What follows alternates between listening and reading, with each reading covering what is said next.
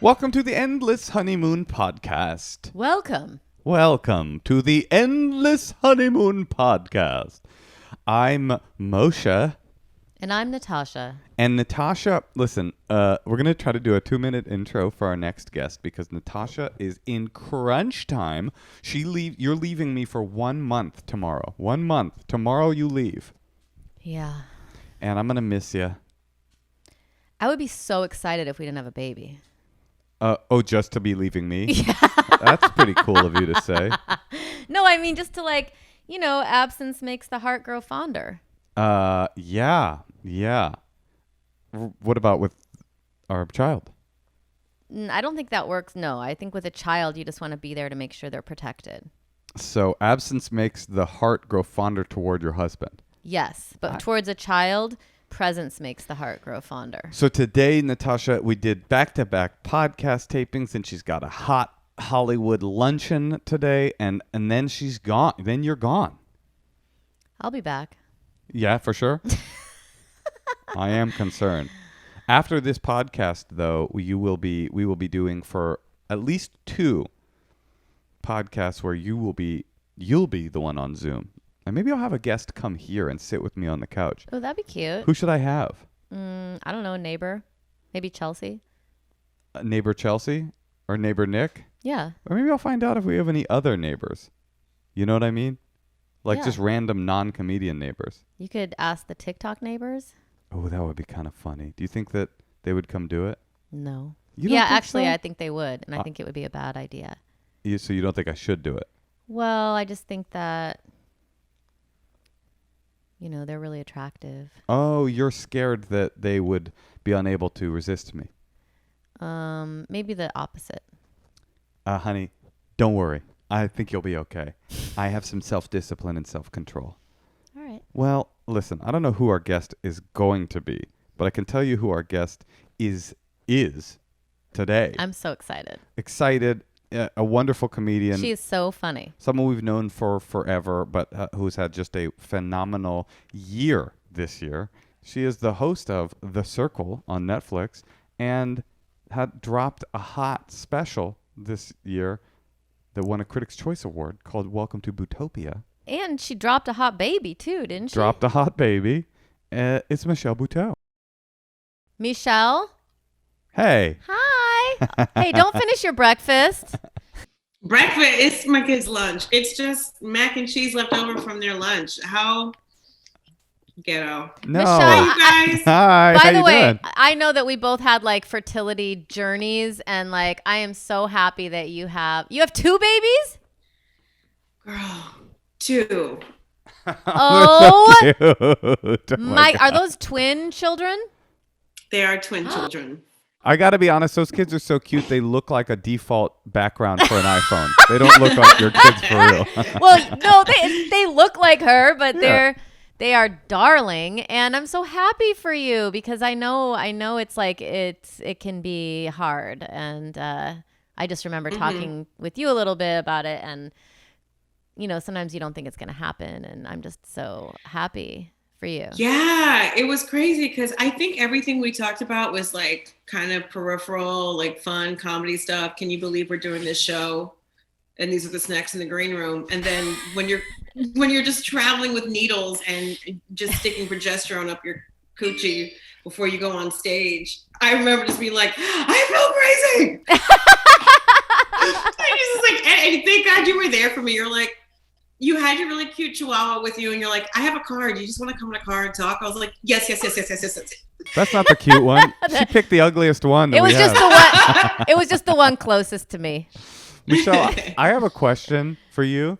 We've just gone through this hellscape of a year, but you had kids. You had She won an award. award-winning Netflix special. You hosted a huge show on Netflix. Is it difficult for you when people are like, this has been the worst year, to not be like, actually, I killed it so hard this year? I mean, it was still a hard year.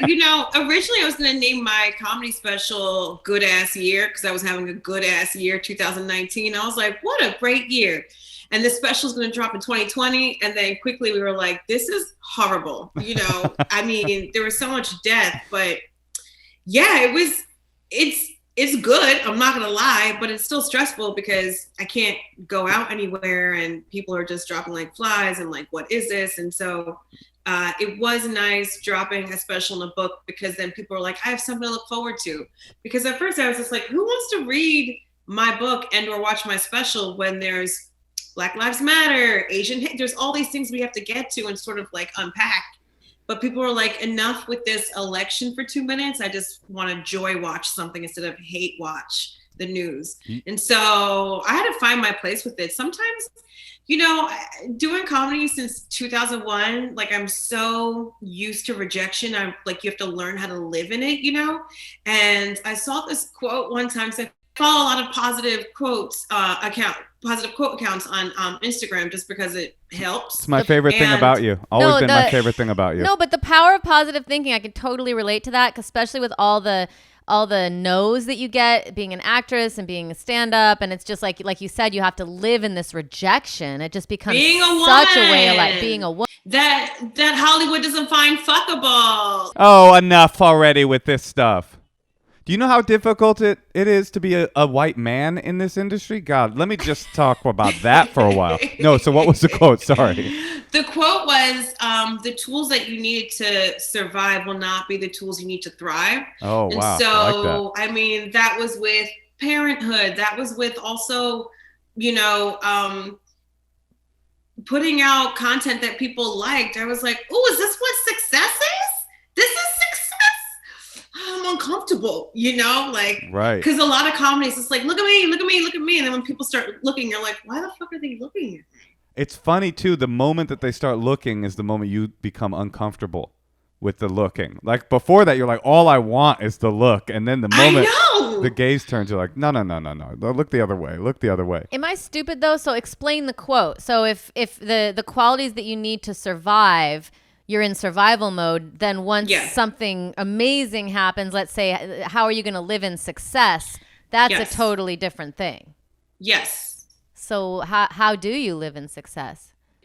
And it could be something bad that's happened to you, right? Like, I feel like my journey to parenthood, it was a lot of trauma. And so for the first year of their life, I'm like, are they going to die? Are they going to die? I know what it's like when a kid dies. So what happens are they going to die? Like, I didn't sleep and I couldn't enjoy anything.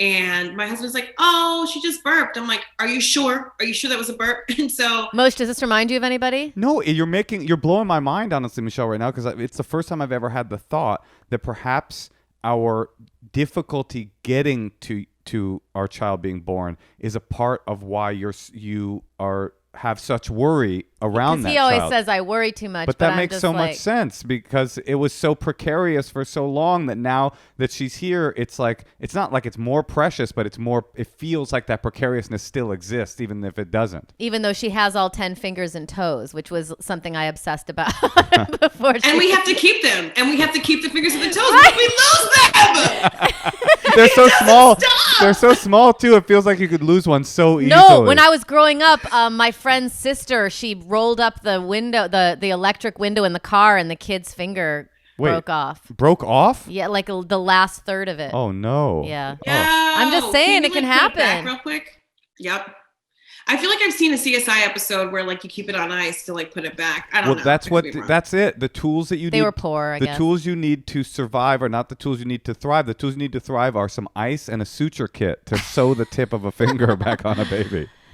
No, I really like that. And I think that, finding new ways to be, and maybe some of your toolbox is worn out, and, maybe you need to acquire new tools. And that's why I like meeting people, or, it's always helpful to me to find people who are going through similar things, because they sometimes have access to ways of thinking or doing, and they can kind of teach you. And I always said around comedy, it wasn't whether you could succeed, because there are those people that we all know who they arrive and then they begin to succeed, and that's the beginning of their journey is the end of their journey. They're succeeding from day one. But they're like Friday Night Lights, like the best time of their life. They peaked in high school. Yeah, yes. Exactly. But for most of us, it's I always said that the comedy's not about whether you can succeed. It's about whether you can fail and continue until something good happens to you. And like, what does success mean? Like, you've had such a great year, and that your level of success might not ever happen for someone, but some level of success is just about perseverance and continuing. Yeah, now I feel like I'm just full of quotes, but I tell my husband all the time especially when I pop champagne at like 4:30, I'm just like, we got to celebrate the little things. Otherwise we have nothing to celebrate, And he's like, what are we celebrating? I'm like, getting through the damn day, with clean feet and still liking each other, like having money in the account. I don't give a shit. We got to celebrate something. Look, kids are at daycare. What is this, a rosé and mac and cheese lunch? It's a Bronx rosé mac and cheese kind of day. I know sometimes I'll pour a drink like at 4:30 and I have like a glass like how you have, so it doesn't quite look like a wine glass, so that like I usually do the coffee mug, but I was like, you know what, live in your truth, Buteau. Why is there ice in your mug? Don't worry about it. Although my kid is always like, and wine for mommy, and she's very in tune with the idea that I am drinking wine constantly at night. So I don't know if that, and she wants to be like me. So I just don't want her to be like Bob Fosse's kid, like 11 years old, smoking a cigarette, drinking wine, trying to be like their parents. I think that's wonderful. And you know what? The wine glass is the new remote control. If you could pick it up and give it to me, you can have a sip. Perfect. Oh my God. My mom was like, how do you balance it all? I'm just like, the wine glass with the twins, it's hard. Like, I don't know. Like, I'm about to get one of those fucking funnel hats, like at a Yankees game, because it's hard. And they're always putting their little dirty ass fingers in there. I'm like, this is an organic wine. Well, I think people like me and you maybe are lucky because we can use it as a decompression tool, and you're not gonna wake up in Jerusalem with like a head injury not knowing what happened, or whatever your AA stories are like. People in AA, it's like, I just feel like sometimes I feel guilty being able to flaunting that I can just drink wine, and I'm kind of, I'll have like one or two glasses, and then I just feel like it took the edge off of parenting. But also that's right. The thing about you guys. Like, I think like having kids when you're not 21 is like you get to infuse wisdom and life experience into being a parent too. So it's like, better. You're not young idiots, and you can kind of do it all. And it's much as I always said, my inspirational quote, which is, if at first you don't succeed, try again. I always said that. That's always been kind of my thing that I said. So we all have quotes, Michelle. It's really interesting also this year in particular, because it's such a crazy year. There's no way I can describe it, but the burnout is a motherfucking real. And thank God I age well. I'm realizing, I'm hoping. I'm also looking for a good Botox doctor on ZocDoc. But the point is, a couple of friends have ended up in divorce. A couple of friends have gone to sober living.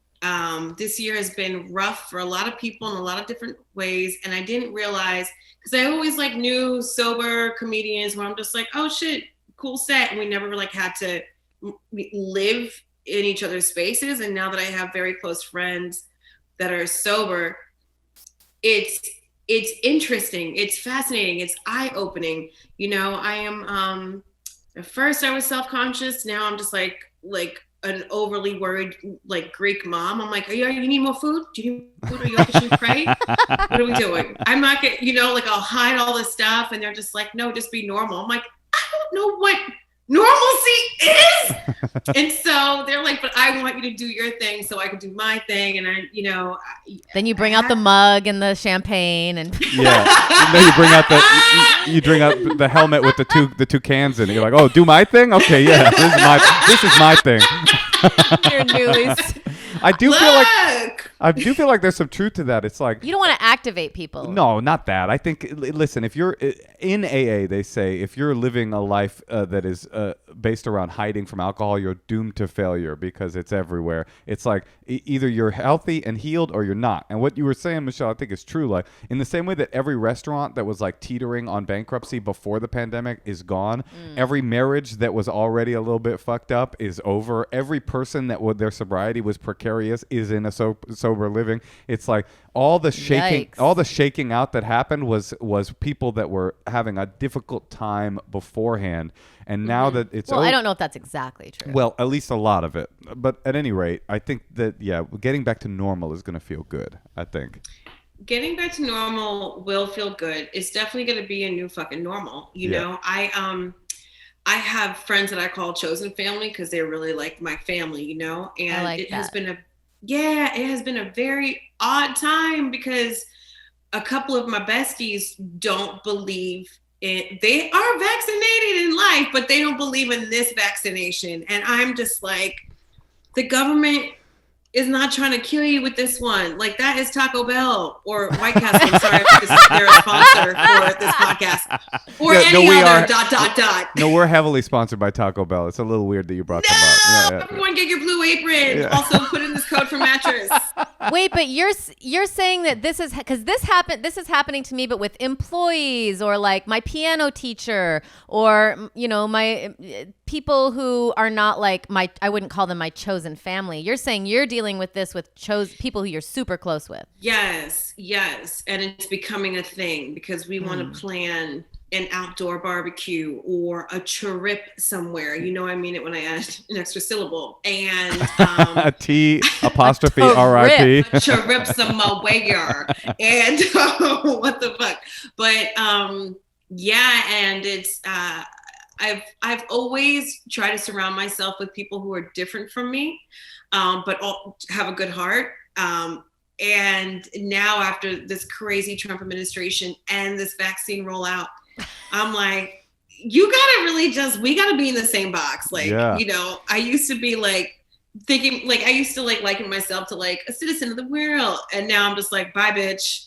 Stay over there. Don't come over here. Yeah. That's the beauty of the chosen family is you can unchoose at any time. You can temporarily unchoose. But is the vaccine thing enough to cut somebody out? For me, yeah. Yeah. But the beauty of being vaccinated, it actually doesn't matter if you're around vaccinated people. They're the ones that are putting themselves at risk. You're all good. You got that. But we have kids. That's a problem, isn't it? And the problem is, like, I told my makeup artist, she was like, I'm afraid it's going to affect my fertility. I was like, huh? And then she's just like, I've been working fine. Nobody really cares. And I was like, you need to get vaccinated. And I said, and she was like, well, I just don't really know if I want to do it. And it's like, the more people like that who don't do it, the longer my kid has to go to preschool in a mask because we're never going to reach herd immunity. So every time someone's telling me that, I'm like, okay, so I have to be the one who's like carrying the weight of this and you're not going to do it. And because people like you aren't going to do it, my kid is like sucking on her mask, can barely breathe at school. And not that she can barely breathe in a mask, but today, like, it's an outdoor school. It's 80 degrees out. She's wearing a hat and a mask and sunscreen. And she has to wear a mask outdoors? Yes. It sucks. And it's like, is just like, the truth is we got to move to New York because I feel like New Yorkers are all living a different life than they don't us. have to, the kids don't have to wear masks. Well, there probably aren't a lot of outdoor schools in New York, right? There are, but not as many as LA, I would assume. But it did take me a good while to find a daycare that would not only have a placement for twins because the classes are smaller because COVID, but also that didn't require a mask. And there are places here where the kids, it's optional. It's optional for the parents. Now, and that's where, but then it's also daycare. Do you know what I mean? And so it's different. An outdoor daycare in New York is just a bunch of kids on a stoop. Is that correct? Oh my God, someone's been watching Spike Lee movies again. Someone's been doing it.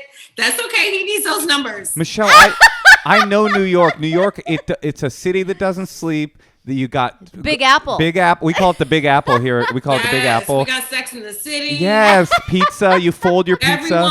You gotta fold your pizza. In PR. Yes. Everyone's a writer. See, I do know it.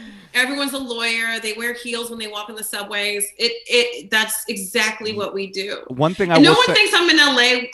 No one thinks I'm in New York when I'm Zooming somewhere because I have like windows, and it's just so fascinating. It reminds me of when I was growing up in Jersey, and people would find out I'm Jamaican and Haitian, and they were like, shouldn't you be darker with like a basket of fruit on your head? I'm just like, what the fuck have you been watching? Like, and I'm like, have you ever been to Jamaica? And they're like, no. And I'm like, how the fuck would you know what people look like? That was my guidance counselor. Hilarious. Oh my God. Dude, speaking of the way people look in Jamaica, and after we should do a call, but I had this great dinner one night. My brother was dating somebody who was related to the family that owns sandals. Oh yeah, I know them. Butch Stewart. I don't know. I don't know. I don't think the guy's name was Butch, but they were a white Jamaican family that had been there for like 5 generations, and the guy had like a full Jamaican patois. And I was like, because he's Jamaican. Because he's Jamaican for real. And I was talking to him, and it was so fascinating because he looked like a yuppie, like a straight. He wasn't like a cool white boy. Look, He was we like, have red pants and moccasins in Jamaica too. And I said to him, I go, do people ever accuse you of like being racist and like culturally appropriating? And he's like, all the time, like all the time, people just assume that he's this genuine white boy from. I know. When I have braids like I do now, like everyone thinks I'm a white person trying to be black. I'm like, how do I look like Rachel Dolezal with braids? Like, do I look like I'm appropriating my own culture? It's like fucked up. Honey, you're way more gorgeous. Come on now. Thank you so much. That's because I have like less kids and I live a truthful life. But like, look. There you go. I'm sure she had a great Penn 2022. She was the head of the NAACP, and there were not even enough black people in Washington State to question her. I just want to put that out there. No, I feel bad when I see her with her kid. Oh, because the kid just must be. I think he's black, and he's kind of embarrassed. Or I don't know if he's embarrassed. It just looks like a really hard situation because he loves his mom, but she's a laughing stock. I don't know. So much of my sense of humor has changed since I've had a kid. My empathy has grown. So it's like, when we watch a movie and something bad happens to a kid, she's like, I can't watch this. I'm like, it's a movie. This isn't real. Same. All gotta go. Annie? No way. Get out of here. Where can I donate? No. Wait, before we leave though, if anyone's listening who's on the fence, like some of our friends, get that fucking vaccine. Get the vaccine. Right? Why should we have to like bear the brunt of it? They're not going to get the vaccine because you. No, there's people on the fence. Well, so I got my makeup artist to get it. All right. What's your pitch? I don't know what my pitch is. My pitch is just think of my 2-year-old daughter in a she sucks her mask in and out. So it's all wet and they keep having to change her mask. But I don't know. They don't care about my kids. I think this is an absolutely 100% good point. My kids are 2.5. They cannot really say words and or sentences. It's hard for them to, they're learning Dutch and English at the same time. So they can't even communicate. And if they have a mask on their face, they're going to think this is normal, right? Like this is how they're supposed to be out. So, sort of like when you give them their teddy bear at night or whatever it is. So when they're out in public, they're always going to think they need to cover their face. And they're going to think there's danger if they don't cover their face. And they can't even speak up for themselves if they can't breathe properly. So yeah, get your fucking vaccine. And I don't quite understand why the children haven't been the main concern, like more important than restaurants, more important than malls, more important than whatever else is happening. It just feels like they should be like at the highest precedence. And I might have said this on the podcast, but we went to a barbecue 2 weeks ago. And my little kid, I told her she didn't have to wear a mask because she has to wear it at school all the time. And I knew that everyone was vaccinated and it was all outside. And she came up to me. She started playing for a second. Then she came up. She goes, "Mom, can I have my mask?" And then she wanted her mask on. To feel safe. My friend was over with her kids and her son, who was 6, did not want to go to the bathroom by himself because he thought he might get COVID and die. This is where the fuck we're at. So everyone get your fucking vaccine so we can get back to life. And then COVID can disappear. All right, look. Or you're not going to be a part of Michelle's forever family. That's right. You're not going to go on. Whatever it's called. Chosen family. You're not going to get. Chosen family. You're not going to get invited on the trip. Okay, so Michelle, you're so smart. You have a lot of wisdom. Can you maybe help one of these millennials out? Yeah, let's call our first guest. Oh, wow. This is okay. Michelle, I don't know. I'm excited to see who this is. Maybe it's not a millennial. It's somebody named Hillary calling from Washington, D.C. I don't know if this is a big bombshell moment.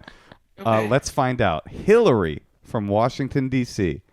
It's got to be an annoying life. Hi. Hi, Hillary. It's Natasha, Moshe, and our friend Michelle Buteau, hilarious comedian. Oh, snap. Hey, you are not the Hillary from Washington, D.C. I was hoping you were. Yeah, but what about our emails? Could you imagine if it was? It would be a big moment for this podcast. That would be so Not that this isn't a big moment, Hillary. We're happy to have you. How can we help? Oh, thanks. Okay, so I don't actually need any advice. I need an impartial jury to make a solid yes or no decision. Okay. Okay. So we had a dog walker for about 4.5 years, and then she took a leave of absence when COVID hit. Her dad was sick and all that kind of stuff. So we've had a substitute dog walker for the last 1.5 years that has been amazing. We have 3 dogs, so there are they have no manners and all that kind of nonsense. But now our old dog walker wants our 3 pups back into the rotation, and we don't know what to do. Okay. Are you really this like you seem pretty concerned about this? We are like literally, my husband and I cannot make a decision. This is I would call white people problems, and I love it. 100%. Now, what is the qualitative difference between the good dog walker and the bad one? They're both amazing. That's the problem. Can you use both? No, the service won't let us. Like, that was the first thing that we asked was, can we have one week and one the next? So I think the one thing that might help make the difference really is one of them is available in the evenings if we ever need like an extra walk. So that's one thing. And who's but that? She could always come. Oh, that's the sub. But she can always come even if we have the first dog walker walking them during the day. Michelle, do you have any thoughts here? I'm trying. I know this was the kind of hard-hitting advice question you were expecting when we asked you to do the podcast. Well, I mean, I have a thought. Okay, you go, Moshe. Well, here's the thing that I know about gig workers is that a lot of them are getting taken advantage of by these services that we use. And I have never had a gig worker that I didn't sidle up to and say, hey, let's cut this fucking middleman out. I mean, you're not really supposed to do that, Moshe. Who cares? Who am I hurting? What, dogwalkers.com? I'm going to be giving the dog walker more energy and attention and money. So you could just be like, hey, just give me your phone number and let's take this thing underground. And then you could hire them both. Well, we actually signed a contract saying that we wouldn't do that. Oh, God. What kind of Gestapo dog walking service is this? A smart one who knows there's people like you trying to like get a discount and cut out the person who brought you the person. I mean, you can't just like, I don't know. So you're really what you want to know is, is there any allegiance?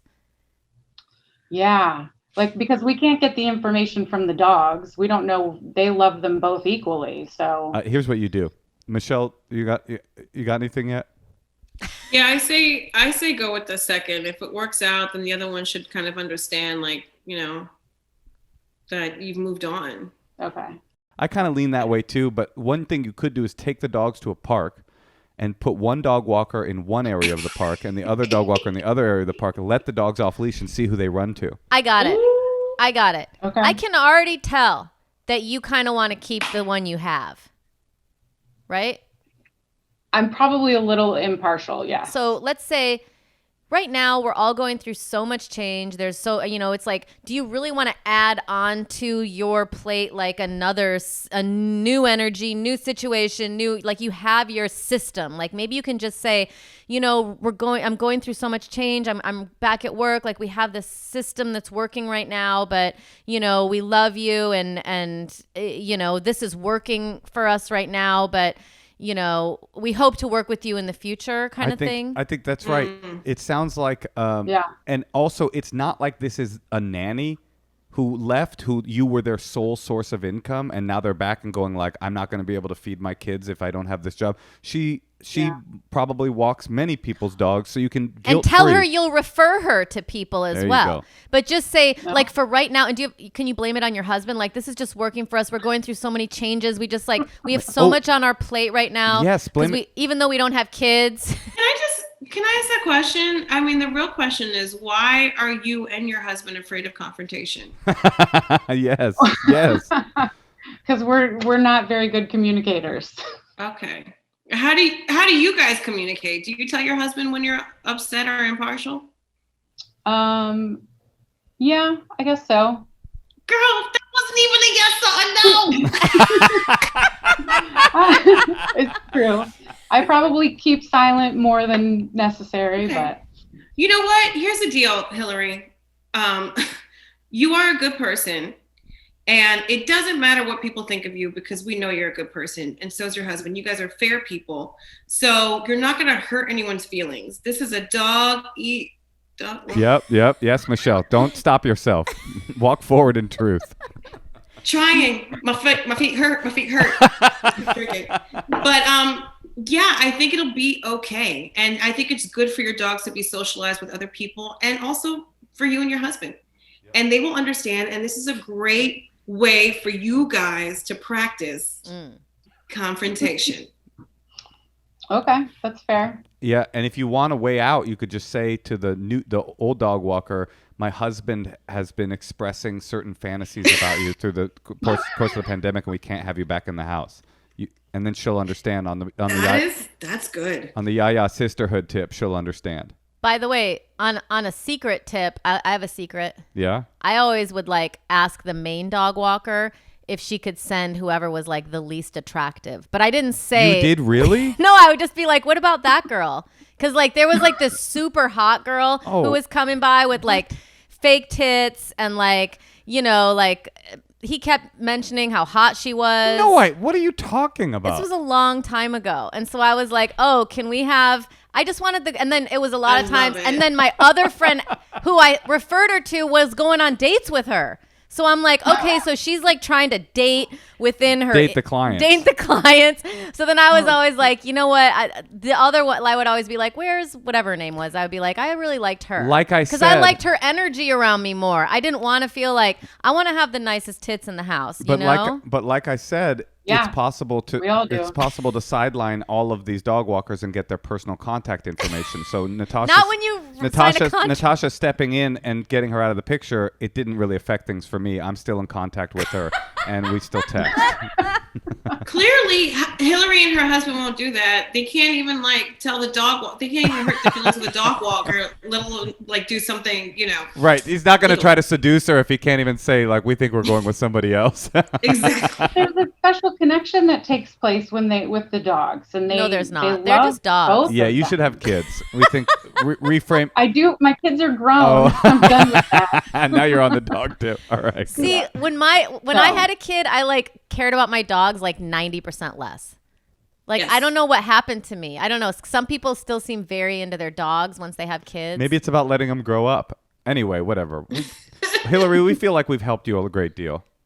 You definitely And have. I think Michelle is right. Use this as an opportunity to practice sticking up for yourself, confrontation, whatever it is, because through that you get stronger, especially as a woman, asserting yourself, whatever is the thing you want to say, as long as what's behind it is you're trying to do the right thing, but you also need to do the right thing for you. Are they both vaccinated? So I'll break dog walker number one's heart in order to build up my confrontation skills. Yes, You're not going to break her heart. Okay. Say you love her. If she ever wants to come walk the dogs, you'll still pay her. If she wants to come some extra time to spend time with the dogs. No, don't do that. Don't invite her back to your house. Are they both? Invite her to the dog's birthday party. There you go. Cute, very cute. Actually, Michelle's going on a trip. If you want to invite dog walker number one to join her, she's looking for new friends. Okay. No thanks. Fair enough. Okay, Hillary. Good luck.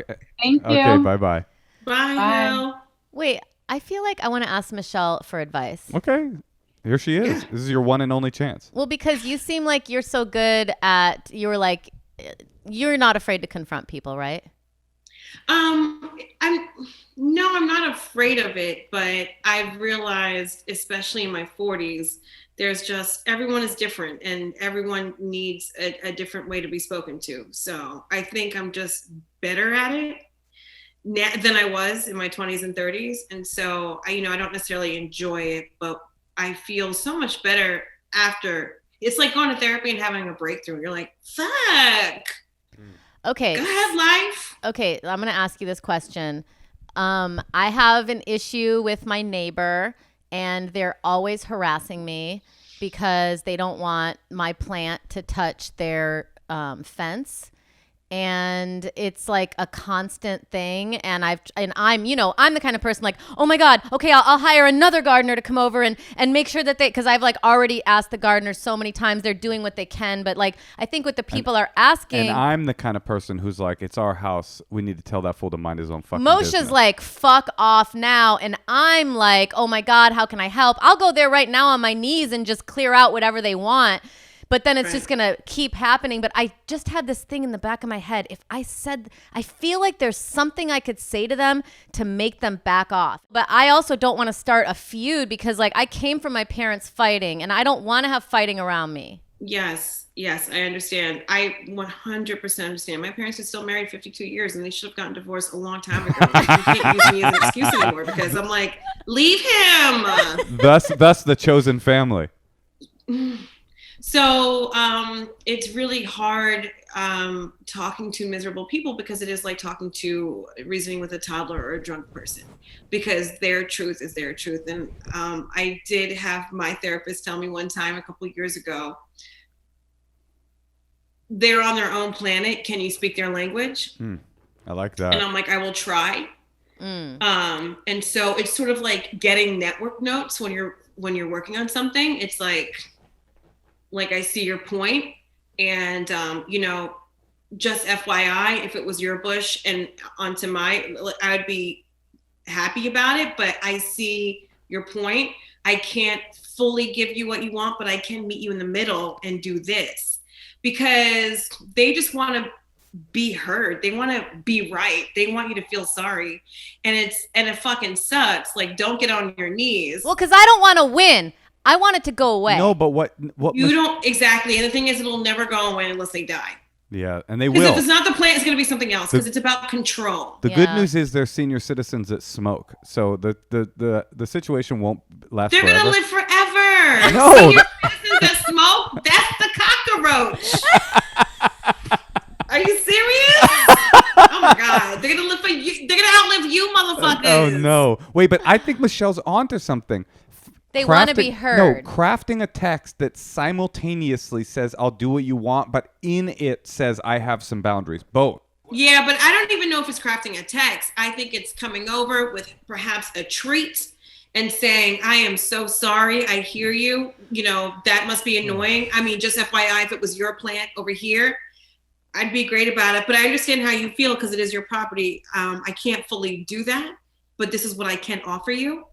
Because they just want you to feel sorry. And if you really wanted to go away and you're okay with swallowing your pride, two syllables because she means it.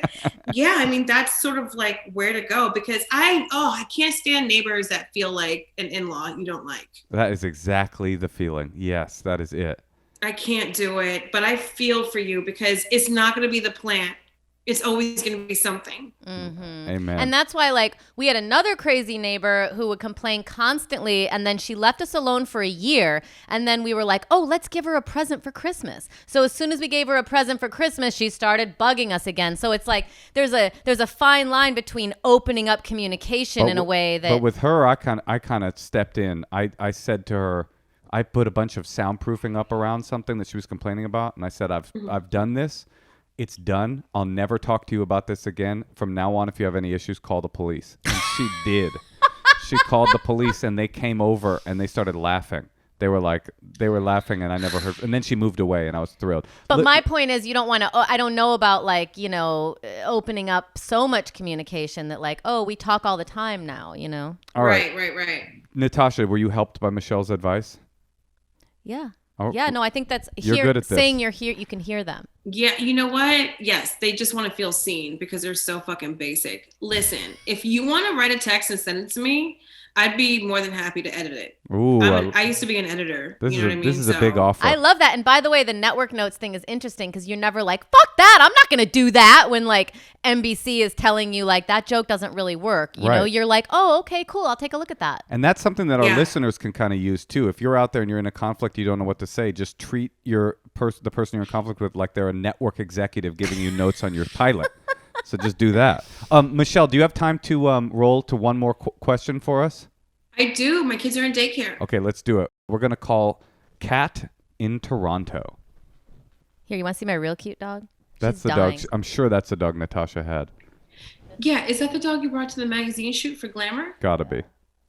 You see her? Cutie. Kat. Hi, Kat. Hello. Ooh, How are you? nice salon-style paintings in the back. I like your hanging. Thank you. I worked very hard on it. Kat, it's Natasha, Moshe, and our friend, the hilarious Michelle Buteau, joining us. Hey. Hey, Michelle. Hey, we're here too. Yeah, don't get too excited about her. You got to focus on the hosts and then also give some superlatives to the guests. Okay. Hey, Michelle. Okay, Kat, how can we help? What's going on? So I started dating my partner at the beginning of COVID last year in May. And because everything's been in lockdown and we live in Toronto, we haven't been able to meet each other's friends and family. So recently I got to meet his family and he gave me a warning. He was like, oh, my family's, rambunctious and stuff. And I met them and they were totally cool and fine and lovely. They were fantastic people. And now it's his turn to meet my family. Ooh. And my family's actually crazy, which is, scary to think about bringing him to my house and meeting my family. So it's my mom and my brother and myself and my grandma. And my mom is like absolutely batshit insane. She is a heavy drinker. She's an ex-addict. She's inappropriate all the time. And I guess I'm just looking for some advice on like what to say to her to like, I don't know, kind of like mitigate the situation and like, I don't know how to properly prep him for what's coming. He knows I'm nervous, but I don't think he knows how actually nervous I am. Yeah. Okay. I mean, you guys, I have so many Grab the follow-up rock. questions. Michelle, go. Look, I mean, you can't control your family. And also, you might make them worse, right? Yes. You're going to plant that seed of like, what are you ashamed of us or whatever the fuck? And you can only control how you feel. That's what you have control of. You know what I mean? They don't make you happy. You make you happy. And then homeboy over here helps. Yeah. So I think prepping him for like an over the top, the freak flag is going to motherfucking fly. Just let him know. Because then if it's not as bad, he'd be like, that's not so bad. You'd be like, okay. But,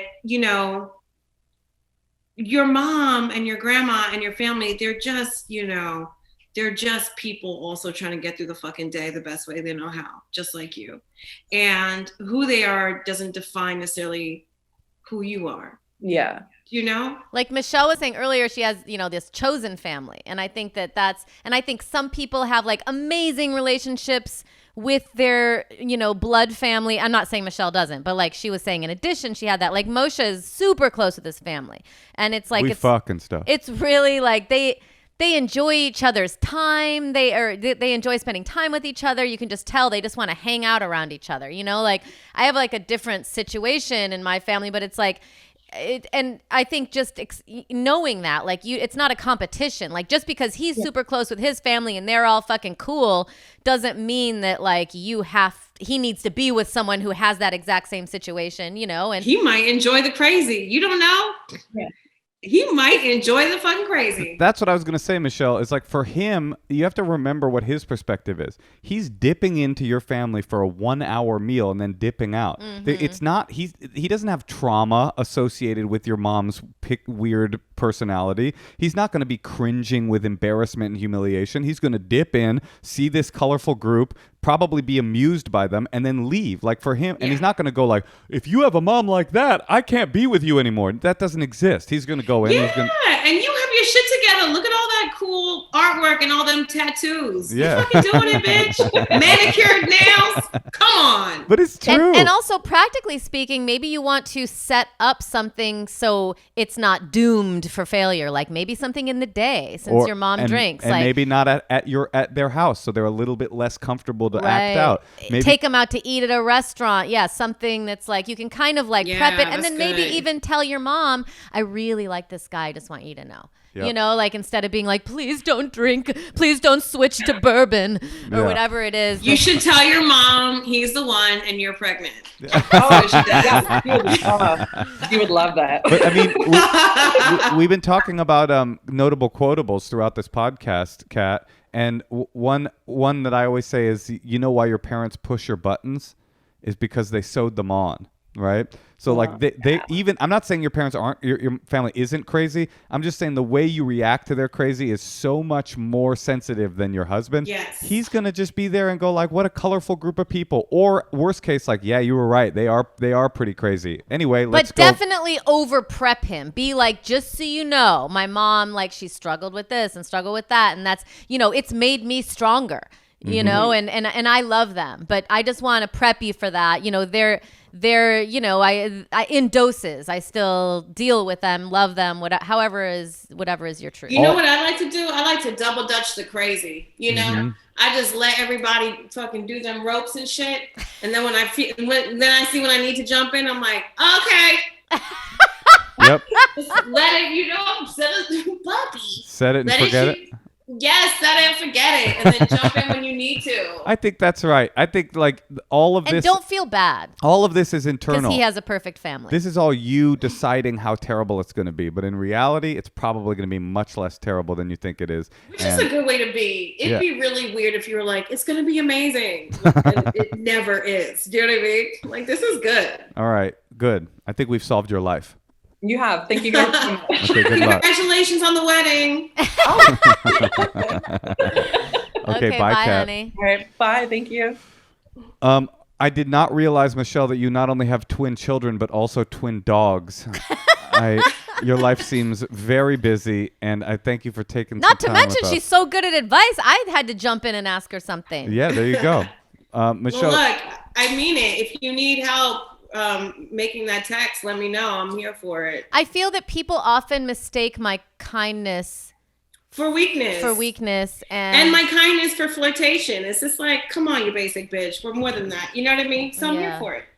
Oh, maybe speaking of flirtation, Michelle, my advice would be to go over to his house in a really skimpy mini skirt and high heels, with a like a custard or something, and then flirt heavily. See if that helps. Oh my God! Look, All what right. is he, Richard Gere? Why is he trying to pimp you? All right. Michelle, thank you for taking some time with us. We miss you let too. me know when you're in LA. Maybe we could have a dinner, or you could come over. I'd love that. I'm never coming to LA, but I miss you guys. What do you mean? and You'll I be can't here. wait to You'll see you 100% be again. here. All right, well, we'll hit you up in New York. Yeah, we miss you too. We'll see you next time we're in New York. How about that?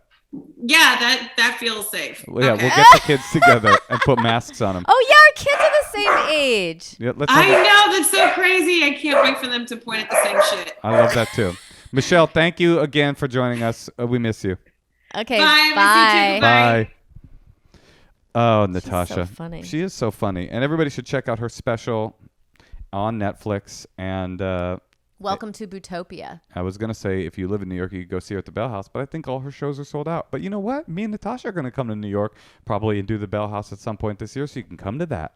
And maybe we'll have her on. Who knows what the future brings? But I know what the future brings for us in particular. What? You leaving me for 1 month to fend for myself, to take the child on dangerous camping trips every single weekend that are cliff-based. And I cannot wait. I cannot wait to see what happens. Oh my God. Natasha, Yeah. do you trust me? What? Wait, what? Okay, let me ask you a different question. Do you love me? I do. I love you too. I trust you too.